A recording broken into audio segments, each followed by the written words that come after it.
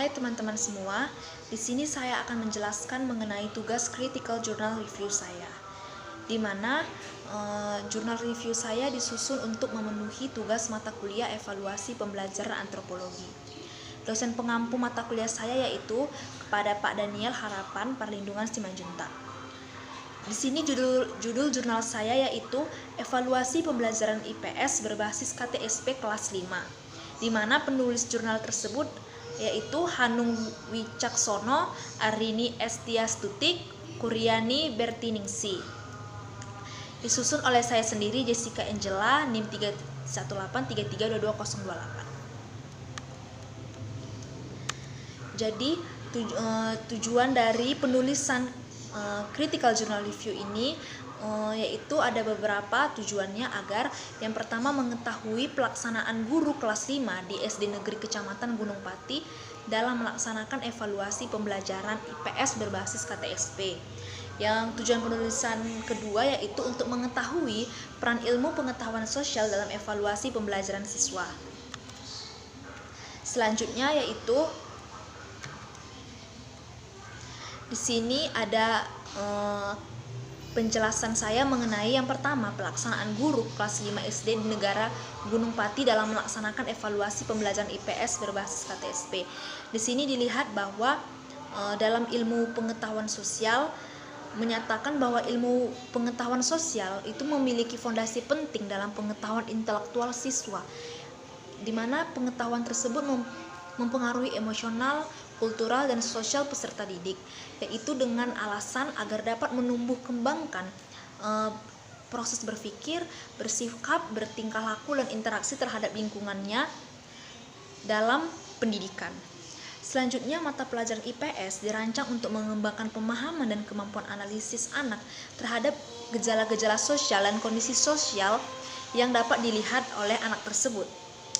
Di sini juga dalam penelitian ini dapat disusun secara sistematis, komprehensif, dan terpadu dalam suatu proses pembelajaran menuju kedewasaan dan keberhasilan dalam kehidupan masyarakat. Baik, selanjutnya itu yang kedua adalah peran ilmu pengetahuan sosial dalam evaluasi pembelajaran siswa, di mana dalam Permendiknas Republik Indonesia nomor 16 tahun 2007 mengamankan bahwa kompetensi yang harus dimiliki oleh guru salah satunya adalah kompetensi pedagogik dengan salah satu subkompetensi menyelenggarakan penilaian dan evaluasi proses hasil belajar, di mana dari guru kelas 5 di SD Negeri Kecamatan Gunung Pati tersebut telah melaksanakan evaluasi pembelajaran IPS berbasis undang-undang tersebut, dan hasil dari pelaksanaan tersebut menunjukkan bahwa siswa kelas 5 di SD negeri tersebut menjadi pelaksanaan evaluasi pendidikan dalam Undang-Undang DPDiknas. Selanjutnya, indikator dalam perencanaan evaluasi ini melihat bahwa guru kelas 5 SD di negeri yang menjadi lokasi penelitian teknik tes dan non-tes dalam pelaksanaan evaluasi pembelajaran IPS. Teknik tes di dalam sekolah ini meliputi ulangan harian, pemberian tugas, dan pekerjaan rumah. Sedangkan teknik non-tes dilakukan dengan melakukan pembelajaran berlangsung. Teknik ini digunakan untuk mengevaluasi hasil belajar peserta didik untuk melihat aspek kognitif, sementara dalam non-tesnya itu untuk mengevaluasi hasil belajar peserta didik pada aspek afektif dan psikomotorik. Selanjutnya saya akan menjelaskan mengenai critical book report saya, di mana di sini judul critical book report saya yaitu evaluasi pembelajaran dalam program studi pendidikan antropologi. Di sini penulisnya yaitu Dr. Andus Asrul, Rusyida Ananda, dan Dr. Anda Rusmita. Kota terbitnya ada di Bandung, kemudian penerbitnya yaitu Cita Pustaka Media.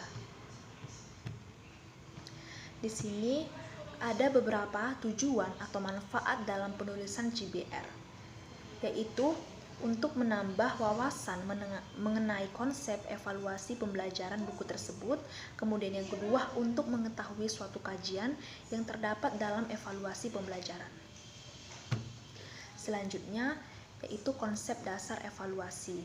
Menurut Arifin A. menjelaskan beberapa hal tentang evaluasi. Yang pertama, evaluasi adalah suatu proses, bukan suatu hasil. Hasil yang diperoleh dari kegiatan evaluasi adalah gambaran dari kualitas sesuatu. Gambaran kualitas yang dimaksud merupakan konsekuensi logis dari proses evaluasi yang dilakukan. Proses tersebut tertentu dilakukan secara sistematis dan berkelanjutan, dalam arti terencana sesuai dengan prosedur dan aturan dan terus-menerus.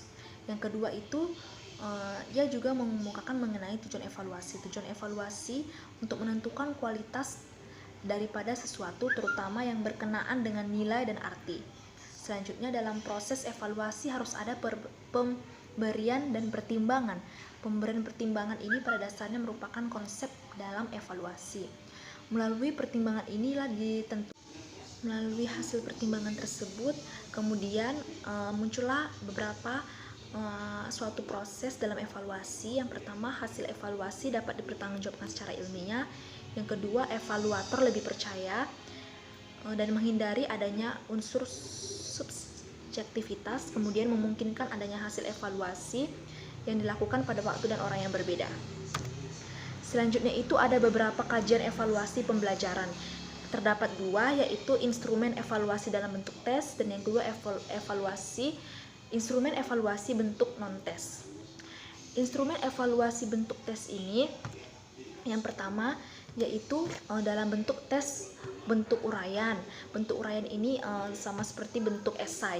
Jadi di dalam bentuk uraian ini, di situ siswa dapat mengisi atau menjawab beberapa pertanyaan dari yang mereka pahami mengenai suatu materi, di mana siswa tersebut dapat mengorganisasikan dan merumuskan jawaban mereka, dan di dalam itu terdapat beberapa pemecahan masalah dan analisa yang mereka tuangkan di dalam uraian tersebut.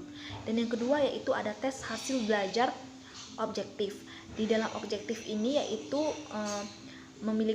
dalam soal ini memiliki butir-butir soal, dan kemungkinan siswa dapat memilih mana jawaban yang tepat menurutnya, dan bisa memilih lebih dari satu jawaban. Kemudian dalam bentuk evaluasi bentuk non-tes itu, yang pertama ada daftar cek. Daftar cek ini biasanya seperti setuju, tidak setuju, seperti itu. Dia menghubungkan mengenai daftar ya atau tidak terhadap kriteria penilaian. Kemudian ada skala rentang. Skala rentang ini memungkinkan penilai memberi penugasan kompetensi tertentu, di mana pilihan kategori yang ada di dalam setiap soal.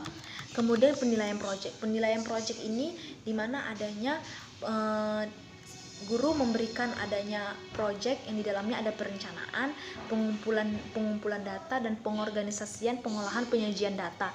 Di mana di dalamnya ini siswa dapat membuat suatu proyek mengenai bidang tertentu atau suatu pengetahuan tertentu yang dapat dituangkannya dan dapat diselidikinya, kemudian menuangkannya dalam suatu penilaian proyek.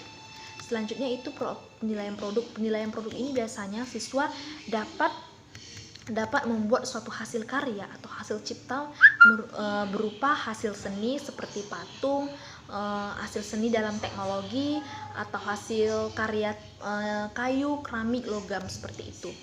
Kemudian penilaian diri. Di penilaian diri ini siswa dapat melihat sampai mana kualitas atau proses atau tingkat capaian yang dapat dia lihat dalam proses pembelajarannya. Baik, selanjutnya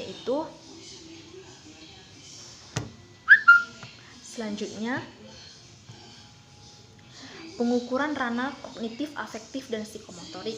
Dalam ranah ini yang ada ketiga ranah, yaitu kognitif. Kognitif ini ranah yang mencakup kegiatan mental, di mana kegiatan mental itu yang mengasumsikan bagaimana pemikiran dan level pencapaian pemikiran suatu siswa. Yang kedua itu pemikiran ranah afektif. Di ranah afektif ini dilihat bagaimana attitude, nilai, dan norma yang dilihat dalam siswa dalam pembelajaran di kelas. Kemudian pengukuran ranah psikomotorik. Ranah psikomotorik ini di mana siswa dapat mengembangkan keterampilannya melihat bagaimana kegiatan atau interaksi yang ada di sekitarnya dan siswa dapat memanipulasi dan mengamati bagaimana objek yang dapat dikaitkannya dalam pembelajaran. Selanjutnya itu dari GCR dan CBR tersebut dapat saya simpulkan bahwa dalam tujuan pembelajaran itu sangat penting dalam pencapaian dan proses evaluasi siswa, di mana dalam hal-hal tersebut dapat berpengaruh penting dalam tingkat pencapaian siswa. Dengan siswa tersebut dapat mengetahui kemampuan tersebut, mereka tahu di mana sisi kekurangan yang dapat mereka bekali dengan ilmu-ilmu yang mereka pelajari lagi.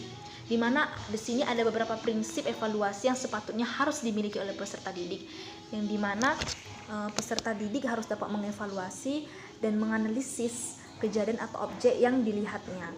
Secara umum, kegunaan dan evaluasi ini adalah sebagai dasar untuk mengambil keputusan siswa secara khusus dalam mengalami dan melihat fenomena yang terjadi, dan dia dapat merinci lagi seperti apa kejadian yang dapat dia lihat dalam suatu pembelajaran. Demikianlah sekian dari hasil saya mengenai CGR dan CBR saya mengenai evaluasi pembelajaran. Sekian dan terima kasih.